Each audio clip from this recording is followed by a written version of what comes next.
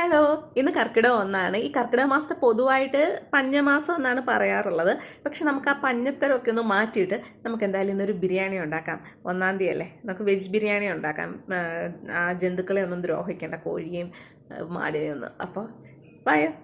ഇതിനൊരു healthy easy biryani എന്നൊക്കെ പറയാം. കാരണം പച്ചക്കറി അരിയുന്നത് ഒഴിവാക്കിയാൽ വേറെ ഒരു പാടും ഇല്ല ഉണ്ടാക്കാനായിട്ട്.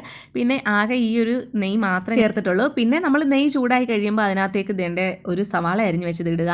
പിന്നെ ഇതൊന്ന് വരണ്ട് വരുമ്പോഴത്തേക്ക് ഇത് അരിഞ്ഞ് വെച്ചേക്കുന്ന ഇത്രയും പച്ചക്കറി ഉണ്ടല്ലോ, ക്യാരറ്റ്, ബീൻസ്, പൊട്ടറ്റോ, പിന്നെ നമ്മുടെ സോയാച്ചങ്ക ഉണ്ടല്ലോ, അതൊന്ന് ഉപ്പിട്ട വെള്ളത്തിൽ ഇത്തിരി വേവിച്ച് വെച്ചിട്ടുണ്ടായിരുന്നു. അതും കൂടെ കീറി മുറിച്ച് ഇതിനകത്തിട്ടിട്ട് ഒന്ന് മിക്സ് ചെയ്ത്, പിന്നെ ആ കണ്ട ഇഞ്ചി, വെളുത്തുള്ളി, പച്ചമുളകും കൂടെ ഒന്ന് ചതച്ച് അതും കൂടെ ഇതിനകത്തോട്ട് ചേർത്ത് ഒന്ന് വഴറ്റിയെടുക്കുക. എന്നിട്ട് മഞ്ഞൾപ്പൊടി 1 സ്പൂൺ, മുളക് പൊടി 1 സ്പൂൺ, മല്ലിപ്പൊടി, ഗരം മസാല, ഇത്തിരി കുരുമുളക് പൊടി, ഇത്രയും സാധനങ്ങൾ ചേർത്ത് ഒന്ന് ഇളക്കി കൊടുക്കും. പിന്നെ ഞാൻ ഈ മുളക് പൊടി, മല്ലിപ്പൊടി ടിന്നകത്ത് മിയ കുഞ്ഞായിരുന്നപ്പോൾ സെർലാക്ക് വാങ്ങുമ്പോൾ കിട്ടുന്ന ഒരു സ്പൂണുണ്ട്, അതാണ് അളവിന് വേണ്ടിയിട്ട് ഉപയോഗിക്കുന്നത്. എൻ്റെ ഒരു അളവ് കണക്ക് അതിനെ ബേസ് ചെയ്തിരിക്കും കേട്ടോ. അതൊക്കെ ഒന്ന് വഴറ്റി വരുമ്പോഴത്തേക്ക് നമുക്ക് തക്കാളി അരിഞ്ഞ് വെച്ചത്, വലിയ 2 തക്കാളി അരിഞ്ഞ് ചേർത്തിട്ടുണ്ട്. ഇത്തിരി മല്ലിയിലയും കൂടെ ഇട്ട് ഒന്ന് മിക്സ് ചെയ്തതിന് ശേഷം കുറച്ച് തൈര് ഒഴിക്കുക. എന്നിട്ട് ആവശ്യത്തിന് ഉപ്പും ചേർത്തിട്ട് കഴുകി വെച്ചിരിക്കുന്ന ബിരിയാണി അരി ഉണ്ടല്ലോ, അത് ഇതിനകത്തേക്ക് ഇടുക. ഇത് ഞാൻ റിലയൻസിൽ നിന്ന് വാങ്ങിച്ച ബിരിയാണി അരി കേട്ടോ. ഇത് 1 ഗ്ലാസ് അരിക്ക് 2 ഗ്ലാസ് വെള്ളം വെച്ചിട്ടാണ് ഞാൻ വേവിക്കുന്നത്. ഇതെല്ലാം കൂടെ ഒരുമിച്ചിട്ട് ഇളക്കുന്നതുകൊണ്ട് ഒരു തമിഴ് സ്റ്റൈൽ ബിരിയാണിയാണ് നമുക്ക് കിട്ടുന്നത്.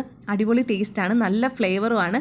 ഇത് ചിക്കൻ ബിരിയാണിയോടൊപ്പം ഉണ്ടോയെന്ന് ചോദിച്ചാൽ ഈ കടിച്ചു പറിക്കാൻ ചിക്കൻ ഇല്ലെന്നേ ഉള്ളൂ. പക്ഷെ നമുക്ക് നോൺ വെജ് ഒക്കെ കഴിക്കുന്നവർക്ക് ഇടയ്ക്ക് കഴിക്കാനായിട്ട് ഈ സോയ ചങ്ക്സ് ഉള്ളതുകൊണ്ട് അവർക്കും ബോറടിക്കത്തില്ല. പിന്നെ ഈ ഒരു ഫുഡിനകത്ത് നമുക്ക് കാർബോഹൈഡ്രേറ്റ്സ് ഉണ്ട്, ധാരാളം പച്ചക്കറികളുണ്ട്. അതുകൊണ്ട് നല്ലൊരു മീലായിരിക്കും ഈ ഒരു വെജ് ബിരിയാണി.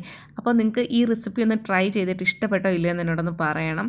എന്തായാലും നമ്മുടെ വീഡിയോ ഇത്രയേ ഉള്ളൂ കേട്ടോ. അപ്പോൾ ബൈ.